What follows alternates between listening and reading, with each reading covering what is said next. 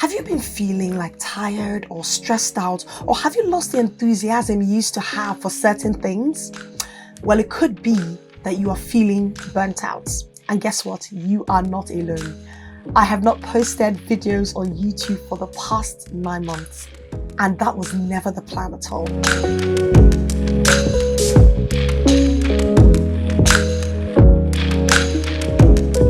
Hello, my lovelies. Thank you so much for watching this channel. Today, I want to talk about something that I've been struggling with for the past few months. So April 2022, I had a myriad of things that I was doing. I was really busy. I was juggling consultancy work. I was juggling my business, family, my health. There were so many things that were happening at the same time. And so I decided to myself that I needed to give myself a break. When I got to the point where I couldn't take it anymore, I said, okay, take a break, take a month, and come back to doing the things you enjoy.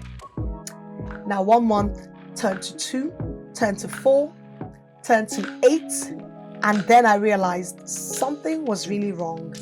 And I had to figure out why I wasn't doing the things I enjoyed, why I wasn't posting videos, and what exactly was my problem. Why did I feel so demotivated and tired?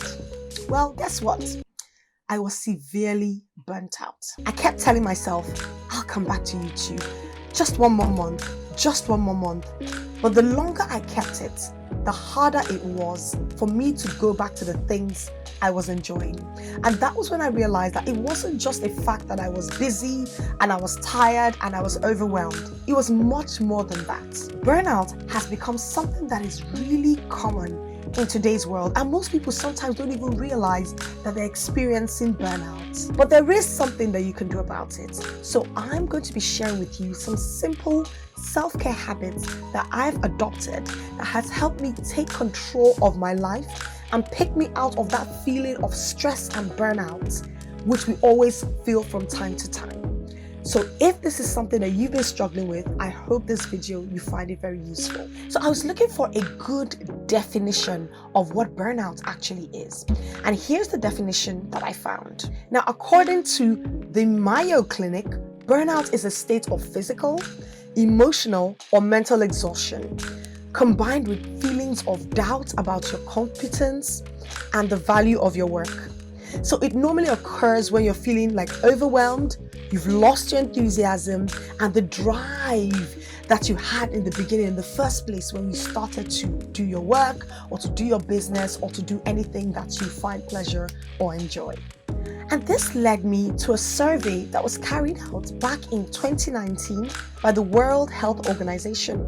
They were doing a survey on healthcare workers, education workers, and I think people in social services. And they were trying to look at the impact of burnout on health. And what they found was that approximately 1 in 5 workers were experiencing burnout. And the thing I've realized is that the initial time you have a feeling of stress, if you don't address it or understand where the stress is coming from and find ways to make it better, if you suppress that feeling and you keep going on and on and on, that's something that I'm guilty of, because I have such a huge workload and I have so many things I'm trying to juggle. I tell myself, it's okay. There are people in worse situations. Get up and, keep going. And it's great for a period of time. But what I've realized is that the more you keep going through periods of prolonged stress, that is when you begin to feel the feelings of burnout. It's not the first time you feel stress. If it's prolonged over a period of time, then the feeling of burnout is most likely to come. So I realized that I wasn't listening to myself. I was pushing myself to keep going and to keep going on. I wasn't listening to the cues in my body. And so when I broke down, I just broke completely down. Like there was no way I could get myself to be motivated. I wasn't enjoying anything I loved doing. I was struggling to do even the basic things that I enjoyed. I was struggling to do the things that I already had built up, a habit and a structure for. I was absolutely at my worst. And it's so important that we have to address this issue of stress and burnout, because once you are feeling better, once you have control of every day, you have more optimism, you're more enthusiastic about everyday living, you have more control over your overall well-being, you're actually more productive. And that is where self-care comes into play. So about 7 months in, from the time I stopped posting videos, I had to kind of like sit down with myself and figure out what exactly the problem was. Why was I feeling down? Why was I struggling to create videos? Why was I struggling to do the things I enjoy doing?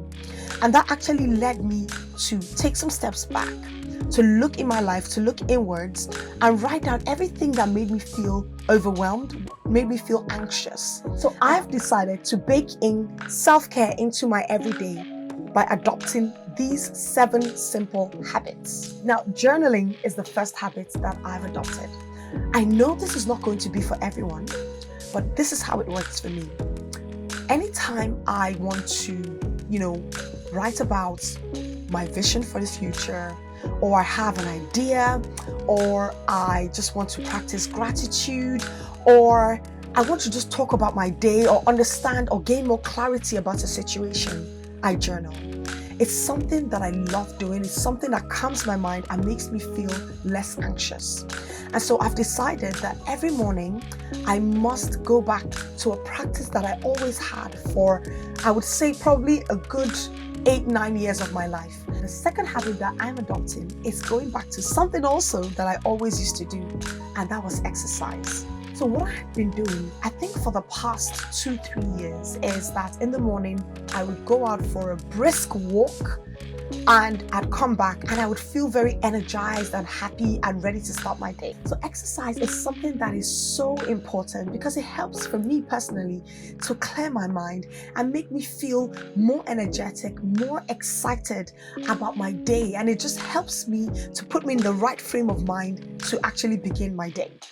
And so I'm back to walking 1 hour every morning and getting that in so that I have no excuse throughout the rest of the day. I can then go on to be more productive. So if there's any other type of exercise that you find more pleasurable, it could be jogging, it could be dancing, whatever it is, see if you can put that into your schedule every single day to get that activity or exercise completed. Now, the third habit I've been adopting is kind of a new habit for me. I've dabbled in it, but I've never taken the time to make it an everyday habit. And that is mindfulness.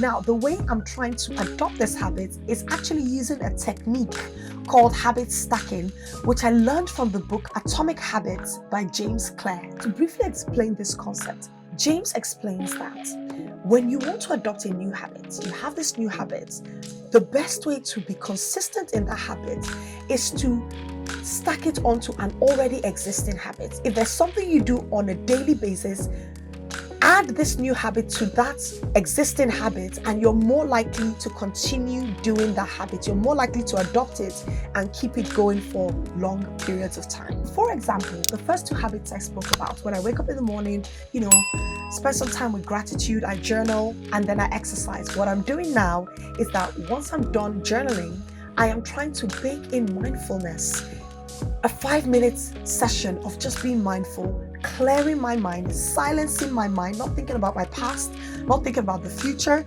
but just trying to stay present and just being still. That's something that I really, really struggle with because my mind is always in so many places. Oh, new things to do, new ideas, new things I can explore.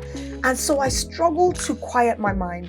So this is something I really want to practice. Slow my mind down, take some deep breaths and just being still and trying to quiet, my mind from going in so many directions. Now, the 4th and the 5th habit are things that are more unique to my personality, but I'll share them with you just in case you gain any value from them. Okay? So the 4th habit is actually spending time and scheduling the time to do the things that energize me.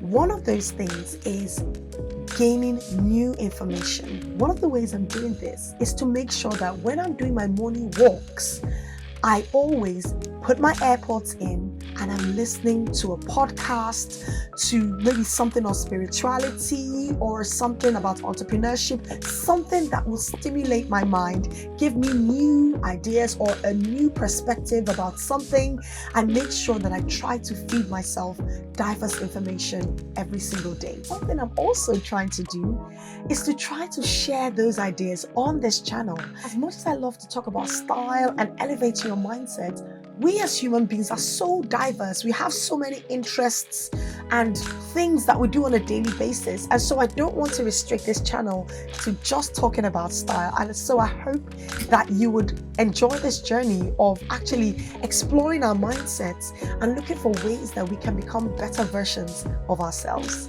Fifth habit, similar to the fourth, is to make sure I am learning a new skill.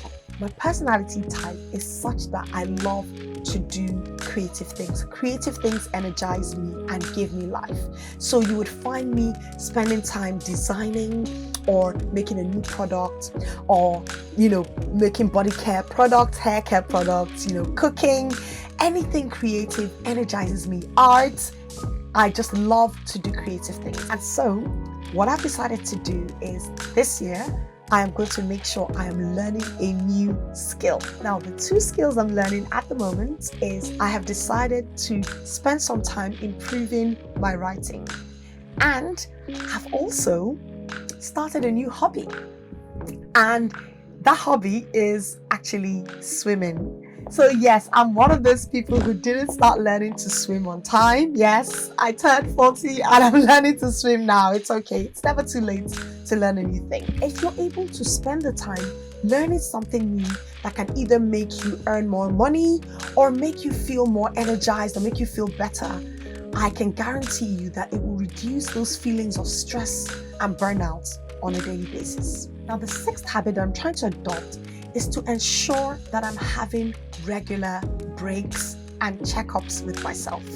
So one of the things I've started doing is, although I liked journaling at the start of the day, at the end of every day, I just have a little checkup of the way I felt, how the day went, if I felt productive, why I didn't do the things I wanted to do, if I didn't do them. And I've also learned how to reduce the amount of things that I want to accomplish in a day. So now what I do is that when I'm setting my goals, I just pick one thing I want to do in the day. Yes, I might be able to do more than that, but there's one thing that I tell myself, if I can do just this one thing, that means I have won today. And I just stick to making sure I achieve that one thing. And then when I'm done, I can then do other things after that. And the seventh habit that I'm adopting in 2023 is to prioritize sleep. So a few years ago, I used to be very disciplined when it came to my sleep. I think about 8:10 or 8:15, I would get an alert on my phone saying that it's close to the time for my bedtime. My bedtime was 9 p.m. on the dot. Do not disturb comes on and I don't take any calls and I'm on my bed ready to sleep.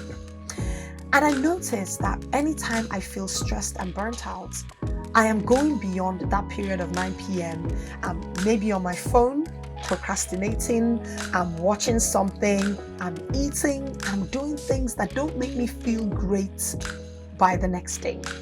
And so I'm going back to that habit of my 9 p.m. bedtime so that I can wake up early. I've realized that I'm able to get more creative work done first thing in the morning. So I'm an early bird and I try to wake up early. And because I need to wake up early, I have to make sure that I'm going to bed early and I'm getting at least 8 hours of sleep. And so this year, I am prioritizing my sleep once again to make sure that at 9 p.m., do not disturb goes on. My phone is out of my hands, charging somewhere, and I am off to sleep. So is there any way this year that you can prioritize your sleep better to make sure that you're able to get some good time to sleep, good time to rest, and help you feel more energized for the next day? So since I've been adopting these habits, I've found myself in a much better place. I feel more energized. I feel more optimistic about the future. I found myself to be more productive and happier, just generally feeling happier. And that is something that I cannot quantify when it comes to the way I feel. And that's actually the reason why I'm back on YouTube. And with that, I want to say a huge thank you to everyone who has remained a subscriber. I am so grateful you have stuck it out with me. For those who sent me beautiful messages, I want to say thank you. I want to say I love you. Kisses. Thank you so much for caring. Thank you so much for checking up on me. I hope that from here on out to be more consistent. So don't be discouraged if you've been feeling stressed and burnt out in recent times. Many of us have been going through this weird transition, to be honest with you. And at the end of the day, it's more about looking at your life and seeing ways that you can simplify your life. Seeing if there are things you can take out of your life that are not helping you. Or actually looking back and seeing, are you setting too many unrealistic expectations for yourself, or are you not giving yourself enough time to achieve the things you want to achieve?